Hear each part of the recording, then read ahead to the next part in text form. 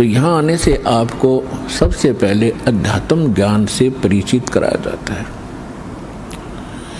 इसके साथ साथ आप पर आने वाले सभी संकटों का भी निवारण परमात्मा करेगा, क्योंकि आप उसके बच्चे हो, आप उसके बेटा बेटी हो।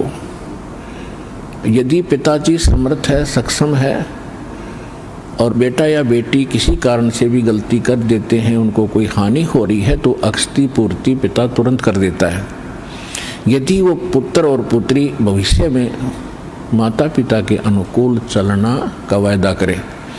इसी प्रकार हम बिगड़ गए हैं, अपने परमात्मा पिता से विमुख हो गए थे, और इस काल के जाल में फंस के हम अनेकों कष्ट उठा रहे हैं। जिसमें हम परमात्मा के पुनः समर्पित हो जाएंगे, वो हमें फिर सभी सुख देगा, उस पिता की तरह जो अपनी संतान को देता ही है। तो आपके ऊपर एक विशेष रहम किया है दाता ने, ऐसे समय में मानुष जीवन दिया, और फिर पिछले शुभ संस्कार आपके यहाँ प्रेरित करके लाए हैं। यहाँ पर कोई भी पुण्यात्मा भले ही कोई किसी रोग के कारण आया है, कोई अन्य संकट निवारण के लिए ही यहाँ पहुँचा है, उसके लिए वो दुख, वो कष्ट, वो संकट एक वरदान सिद्ध होगा, यदि वो इस मार्ग पर ढंग से समझकर टिका रहा तो। क्योंकि कोई भी ऐसी वस्तु नहीं होती जो तुरंत कर दी जावे।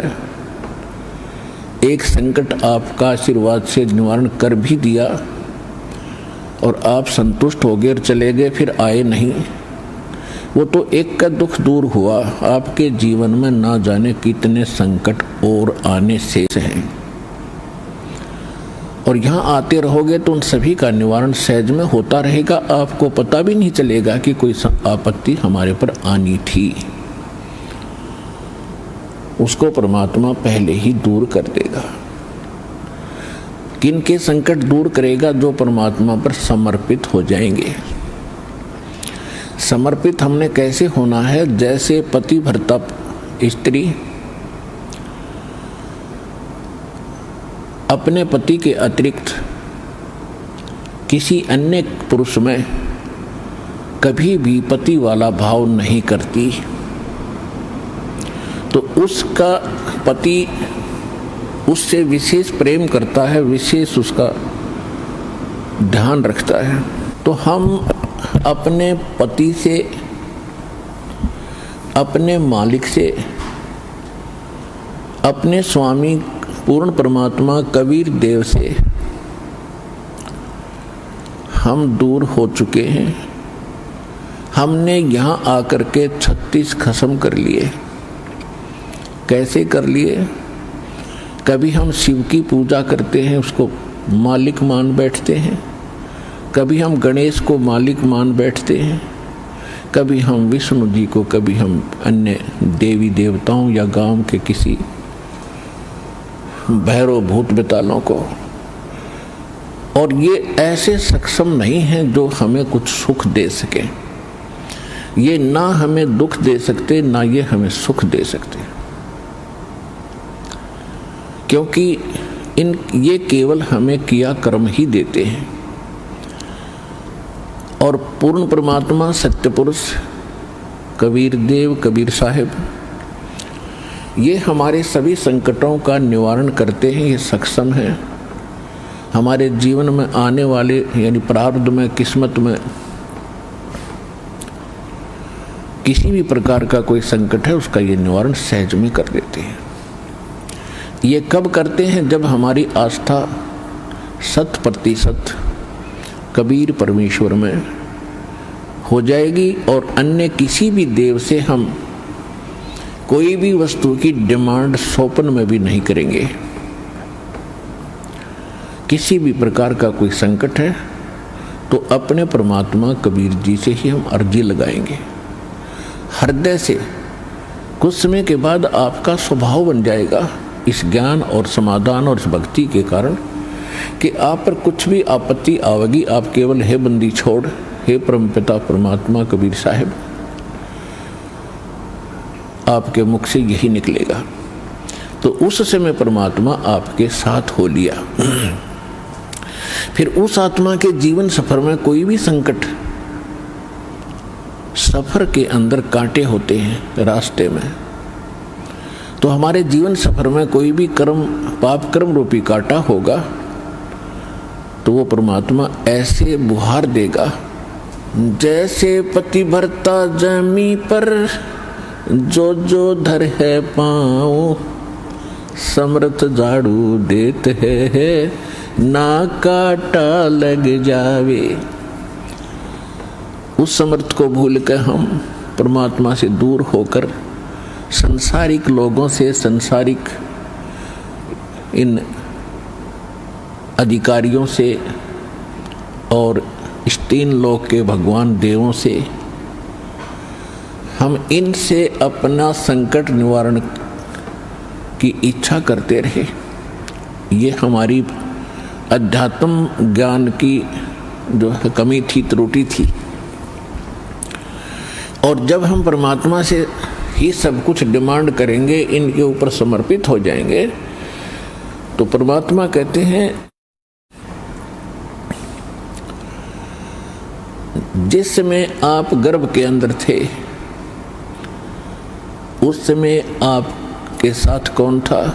ना माँ थी, ना पिता था, ना कोई अन्य सगा संबंधी था। अकेले आप और परमात्मा, बीच में कोई नहीं था।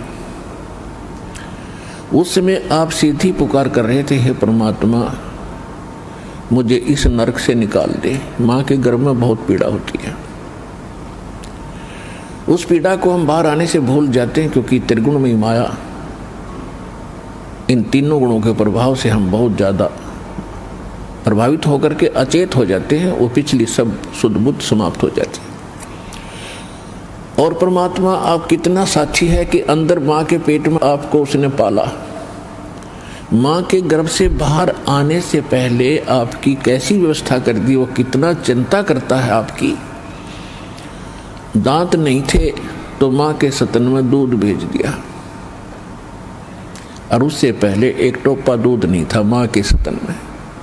जो परमात्मा इतना भविष्य की आपकी चिंता करता है, और बाहर आकर के आप स्वयं इतने इंटेलिजेंट बन गए, चतुर बन जाते हो, धनी बनने के लिए, अपनी सुरक्षा करने के लिए, अपने को सुखी बनाने के लिए लोगों को लूटते हो, रिश्वत लेते हो, चोरी करते हो, डाके मारते हो।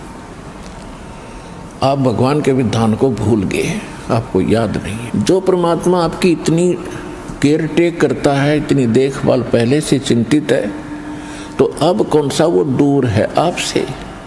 आपको केवल प्रारब्ध तो मिलेगा ही मिलेगा जो आपकी किस्मत में लिखा है। उसको तो उसको भी मिलेगा जो भक्ति नहीं करते। लेकिन भक्ति करने का उद्देश्य मूल यही होता है आत्म कल्याण हो, और इस जीवन में हमारा कोई पाप कर्म हो, कोई कष्ट आना हो, उसका भी निवारण हो। तो उसका निवारण तो एक ही से हो सकता है, उस परम पिता परमात्मा पूर्ण ब्रह्म से। अन्य भगवान, अन्य ये देव वो संकट निवारण नहीं कर सकते। पाप के हमारे किस्मत में लिखे हुए कर्म को वो नहीं समाप्त कर सकते, वो भोगना ही पड़ता है। केवल कबीर देव, कबीर साहब, ये हमारे इन पाप का नाश कर सकता है, हमारे जीवन को सुखी कर सकता है। तो क्या बताते हैं, उस समर्थ की रीझ छुपाई, अब कुल कुटुंब से राता, गर्भ के अंदर बचन भरे थे, कहाँ गई वो बात। अब देखो परमात्मा फिर आकर हमें सचेत करते हैं, क्योंकि काल ने तो हमारे ऊपर पर्दा डाल दिया, बुद्धि पर पत्थर गिर दिए। माँ के गर्भ से बाहर आते ही हम सब कुछ भूल गए, नए सिरे से पढ़ाई जाती है। ये तेरा चाचा, ये तेरी चाची, ये तेरी माँ, ये तेरे पिता, मामा, ये बुआ, और कै खे गे गड़े, ये नए सिरे से पढ़ाई जाते हैं। हम इतने जो है अचेत हो जाते हैं, और परमात्मा फिर आकर हमें फिर नए सिरे से याद दिलाते हैं।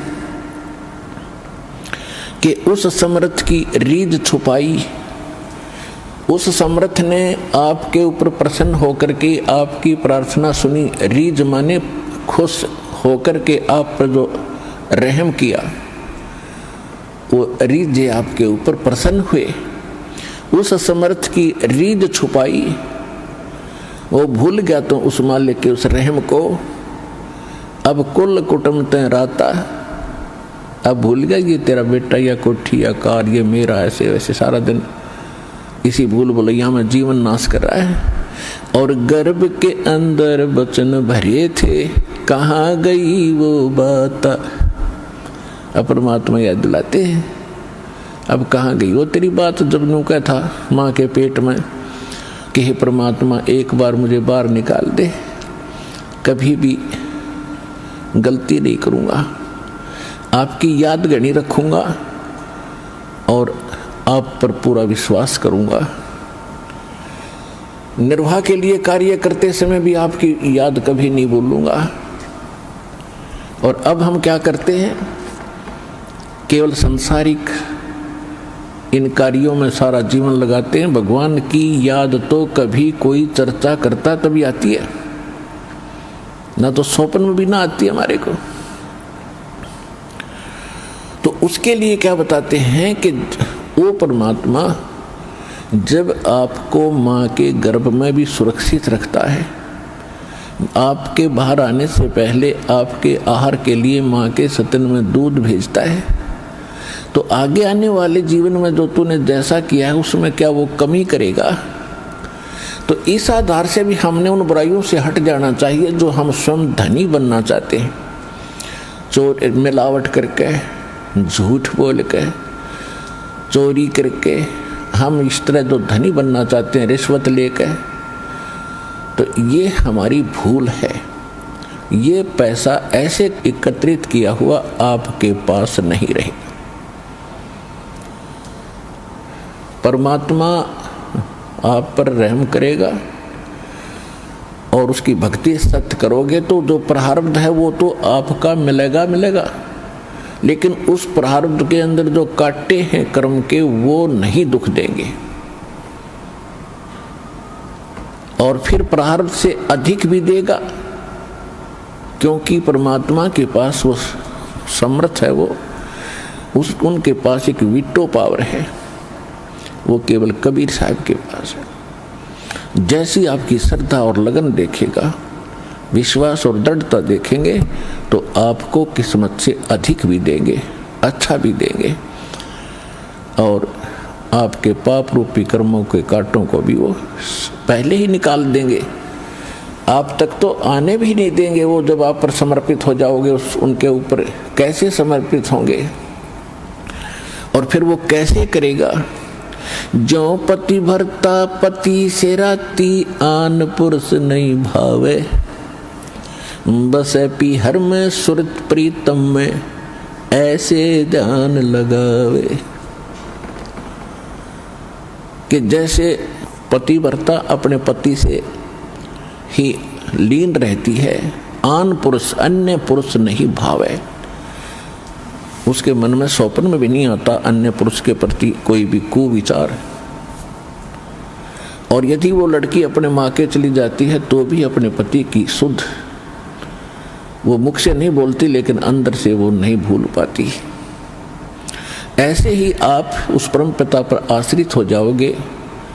कहीं पर भी आप काम कर रहे होगे, किसी भी फील्ड में, चाहे दुकान, मजदूरी, किसानी या नौकरी, तो आप उसी लड़की की तरह उस पर अपने पति यानी कबीर भगवान को, परमात्मा को, उस मंत्रों को, उनके रहम को आप कभी भूल नहीं पाओगे। तो उस समय आपका नाता उस परम पिता से जुड़ चुका है।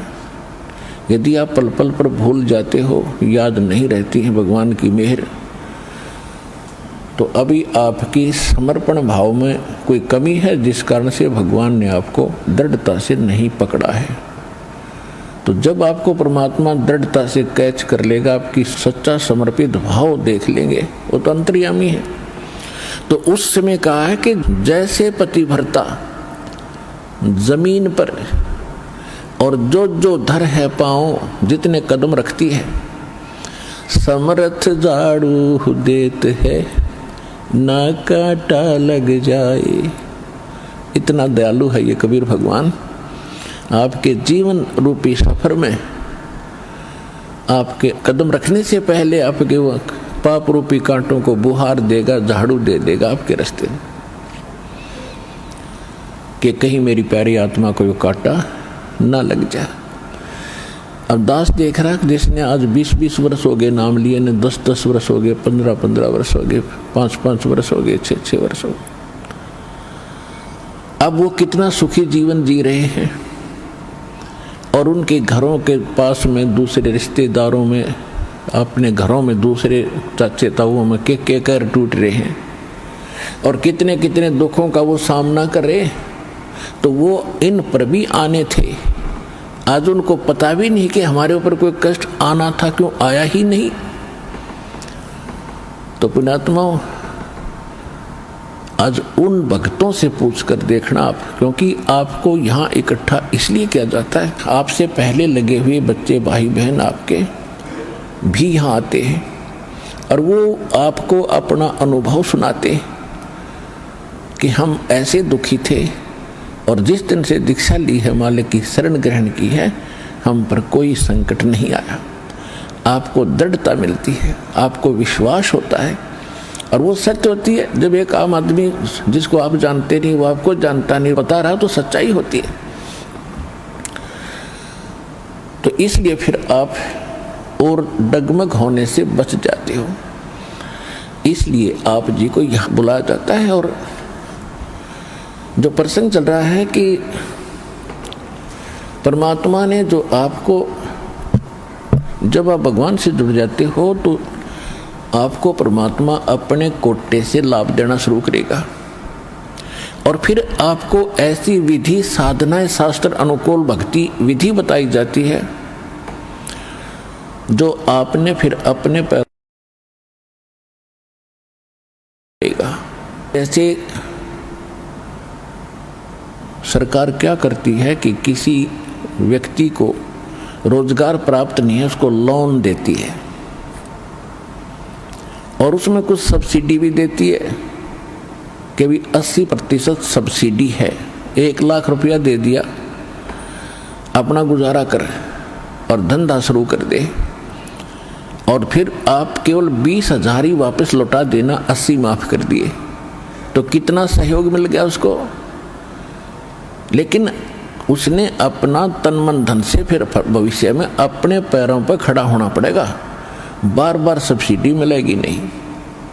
इसी प्रकार यहाँ आने वाले को परमात्मा अपने कोटे से राहत देनी शुरू करता है और फिर विधि बताता है कि ये कमाई कर और अपने पैरों पर खड़ा हो जाए, भाग्य भक्ति तू कर, ऐसे दान धर्म कर, फिर तेरे को तेरा गुजारा यानी तेरी भक्ति कमाई बढ़िया हो जाएगी, तेरा अच्छा काम चलेगा, तभी सफलता होगी। क्योंकि आपके भाग्य में सुख नहीं था, संकट थे, इसलिए तो आप पर कहर टूटे, दुख हुए। अब यहाँ आओगे आपको सुख मिलेगा, गारंटेड मिलेगा, आपकी आयु भी बढ़ाई जाएगी। परमात्मा कबीर साहब सक्षम है। लेकिन आप हृदय से चाहोगे, ऊपरले मन से आओगे तो उतना ही लाभ मिलेगा। आप हृदय से चाहोगे और समर्पित हो जाओगे परमात्मा से अतिरिक्त, इस कबीर साहब से अतिरिक्त कोई और इष्ट में आप स्वप्न में भी ध्यान नहीं लगाओगे, तब ये परमात्मा आपका हाथ पकड़ेगा। और समर्थ जब हाथ पकड़ लेता वो छोड़ता नहीं। तो इसलिए आप जी यहाँ आने से पहले इस ज्ञान को समझें और हमारे मूल उद्देश्य को समझें कि हम क्या बताना चाहते हैं। हम केवल यहाँ संकट निवारण और रोग निवारण के लिए नहीं बैठा दास, ये तो एक्स्ट्रा देते हैं आपको, ये तो आपको रूंगे में देते हैं, रूंगे में, ये सौदे में नहीं हमारे में। हमारे सौदे में तो केवल जन्म और मरण के इस कहर को समाप्त करने का ये हमारा उद्देश्य है। कोटि जन्म तन भरमत होगे, कुछ ना हाथ लगा रे। कुकर सुकर खरबया बोरे, कौवा हंस बुगारे। कोटि जन्म तू राजा की न्या, मिटी न मन की आशा। भिक्षुक होके दर दर घूम्या, ये मिला न निर्गुण रासा। इंद्र कुबेर ईश की पदवी, ब्रह्मा वरुण धर्मराया। विष्णुनाथ के पुर को जाके तो फिर भी वापस आया। असंग जन्म तन मरता होगे, जीवित क्यों न मरे रे। 12 दर मद महल मठ बोरे, बहुर न दे धरे रे। 2 जग भिष्ट सभी तैं देखे, राजपाट के रसिया। 3 लोक से तरपत नहीं, ये मन भोगी खसिया। सतगुरु मिले तो इच्छा मिटे, पद मिल पदे समाना। चल हंसा उस लोक पठाऊं, जो आदि अमर अस्थान। 4 मुक्ति जहाँ चंपी करती, माया होरी दासी। दास गरीब अभय पद पर से, वो मिले राम अविनाशी। हमारा ये सौदा है, हम ये सौदा दे रहे हैं, हम ये सौदा बेच रहे हैं। कोटि जन्म तो भरमत हो गए, और कुछ नहीं हाथ लगा रहे।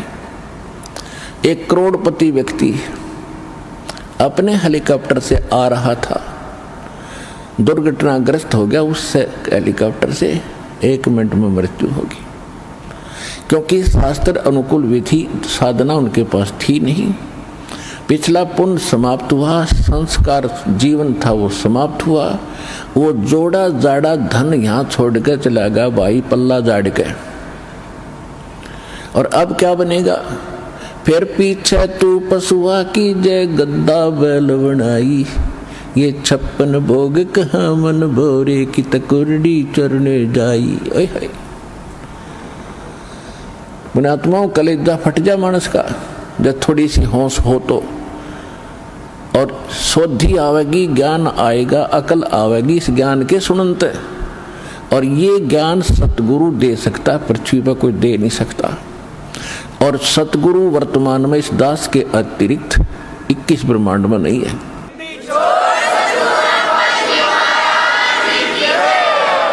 जो परमात्मा का कृपा पात्र हो। तो क्या बताया जा रहा है कि कोटि जन्म तन भरमत होगे, कुछ नहीं हाथ लगा रे। कुकर कुत्ता, सुकर सुअर, खरगदा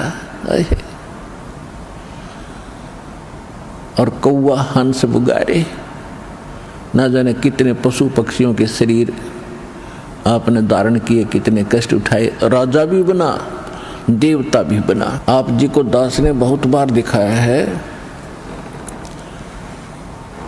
महावीर जैन जी का इतिहास। वो 60 करोड़ बार गधा और 30 करोड़ बार कुत्ता, ओए होए, और ना जाने घोड़े बिल्ली नपुंसक करोड़ों बार बना। और कुछ बार राजा भी बना, 80 लाख बार देवता भी बना। 80 लाख बार 80 लाख बार देवता बना और 60 करोड़ बार गधा बन गया। गधा तो एक बना बतेरा, सारी अकड़ निकल जा जीव की। तो खाक देवता बना, फिर गधा बन के खड़ा हुआ। What is this?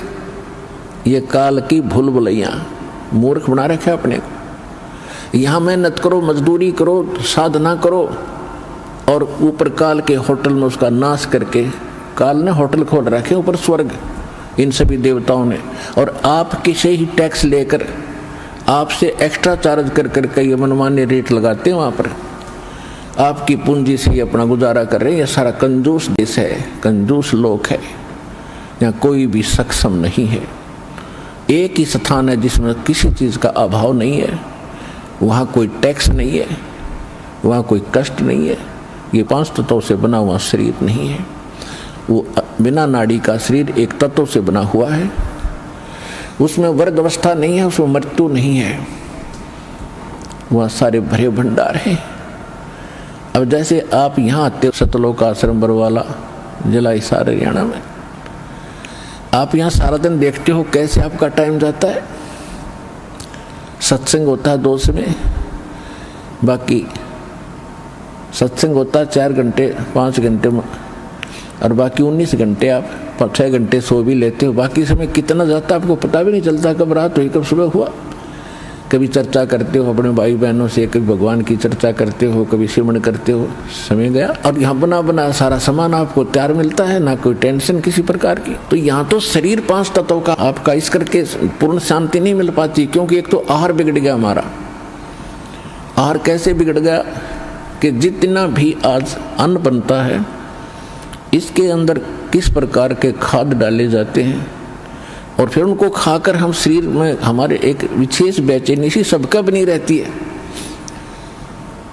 और वहाँ ऐसा शरीर नहीं है, इतनी शांति परम शांति है वहाँ पर उस सतलोक के अंदर। तो वहाँ आपको सारी चीज बनी बनाई मिलेंगी, जो भी इच्छा करोगे, जिस भी प्रकार की जो खाद्य पदार्थ वहाँ उपलब्ध है,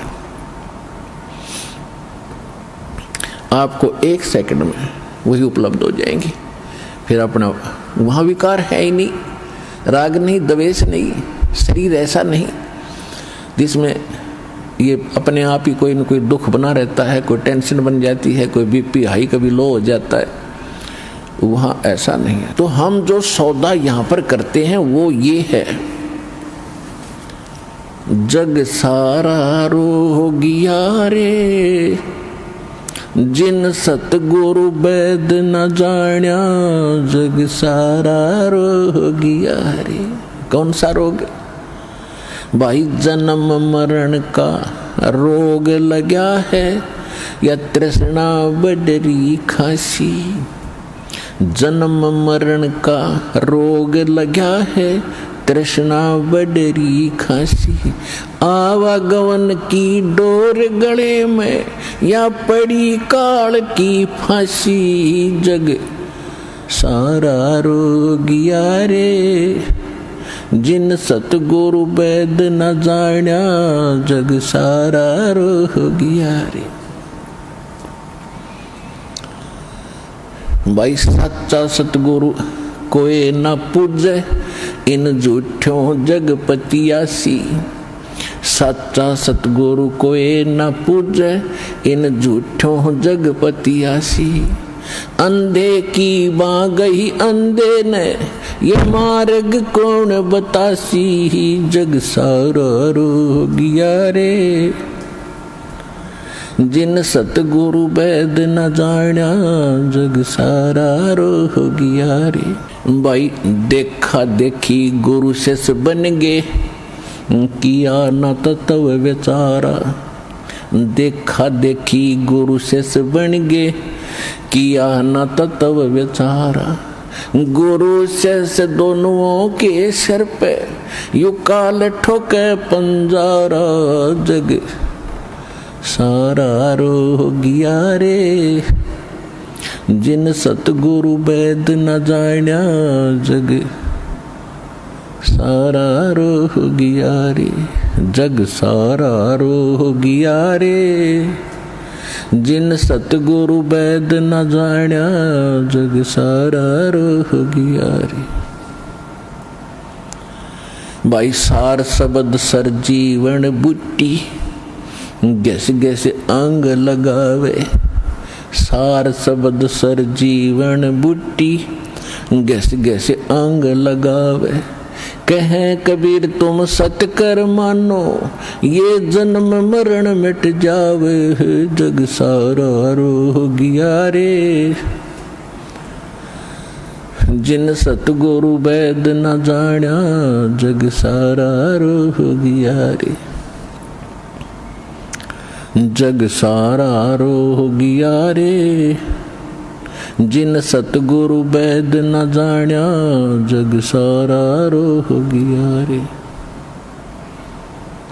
भाई सार शब्द सर जीवन बूटी, गैस गैस अंग लगावे। सार शब्द सर जीवन बूटी, गैस गैस अंग लगावे। कहे कबीर तुम सत कर मानो, ये जन्म मरण मिट जावे। जग सारा रोह गया रे, जिन सतगुरु बैद न जान्या। जग सारा रोह गया रे, जग सारा रोह गया रे। जिन सतगुरु बैद न जान्या, जग सारा रोह गया रे। अब परमात्मा ने बताया है कि पूरा विश्व ही जन्म मरण के रोग से ग्रस्त है। जैसा कि हम पहले इन नकली धर्म गुरुओं से ज्ञान सुना करते थे कि श्री कृष्ण जी ही श्री विष्णु जी हैं और शंकर ब्रह्मा विष्णु ये तीन अमर देवता हैं, इनका जन्म मृत्यु नहीं होता, ये समर्थ हैं। और ये ब्रह्मा जी की पूजा को तो नहीं कराते थे, लेकिन विष्णु जी और शंकर भगवान की पूजा ये हमें करने का सलाह देते थे, राय देते थे। और इनको मृत्युंजय, कालज्ञ, सर्वेश्वर, अंतर्यामी न जाने क्या क्या उपमा दिया करते थे।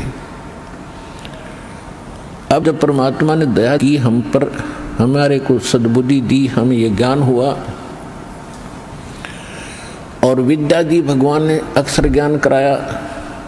अब हमने जब सदग्रंथों को देखा परमात्मा के उस ज्ञान की रोशनी में, उस तत्व ज्ञान से जब इनको जांचा तो क्या पाया।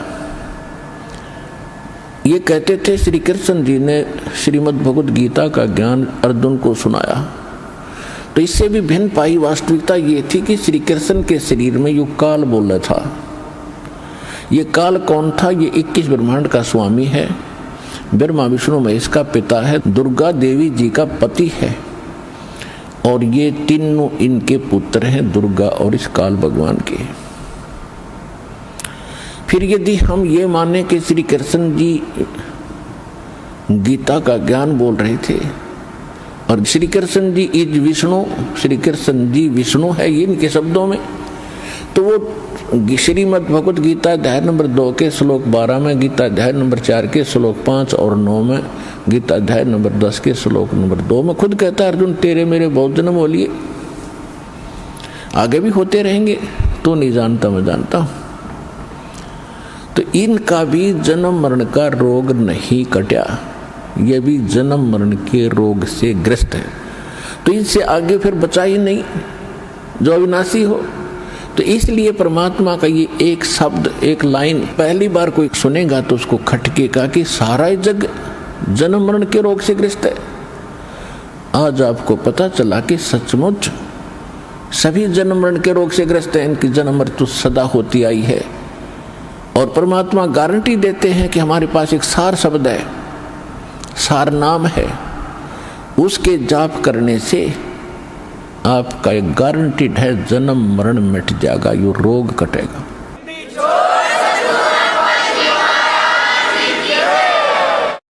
भाई जो गुरु वचन पे डट गे रकट गे फंद 84 के, कट गे फंद 84 के, रकट गे फंद 84 के।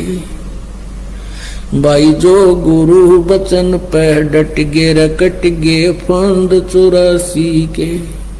वस्तु मिली ठोर की ठोर, मिट गई मन पापी की दौड़।